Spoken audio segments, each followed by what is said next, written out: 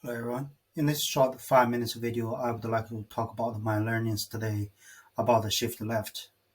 So when we talk about the shift left, do we really understand each other? Which left? What language? In what model? Are we talking about the same thing or different things? So in this short video, I'll introduce you to all those different models I learned today.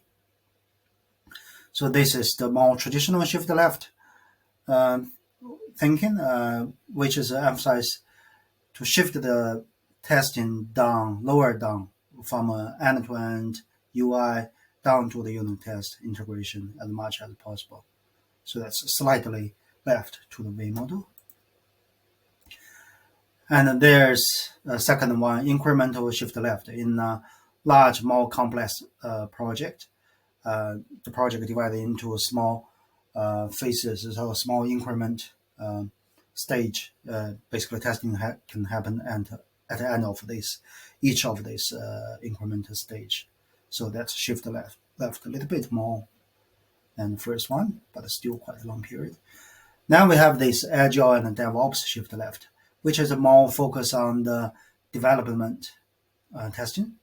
As you can see, testing happens a lot faster than the previous two, which is at end of the duration, normally the sprint. But the acceptance testing from end to end may still leave to the very end with this. Then there's the fourth model-based shift left. So basically, this is you can test even before the code build based on the executable requirement architecture design models. So that's the four different type of way model-based shift left. Then there's the wave, I call this. As you can see, the wave traditionally is in the middle. Then if you shift left, then lots of happening in the left. If you shift right, it's lots of happening in the right, which is not in scope of this video. And there's more, like give you a little bit more idea. Okay, but it's still kind of more traditionally, there's lots of end-to-end tests. Then you shift it to the right, shift it to the left into the unit test. And there's the wall. Traditionally, I finish my analysis, I give the requirement, I pass on the design coding, through the wall, and we don't talk to each other like before our stage. So that's kind of a stage or phase before my phase. But then that's the shift left. Okay, cool. There's an analysis happening. Okay, I'll come join help. Okay, then we may work on independently, individually, or we may come back to again then to collaborate. So that's another form of shift left. Break the wall, then shift it to the left. And this is kind of my favorite. So with the infinite loop, as you can see, there's no start, no end, but testing happens all around each main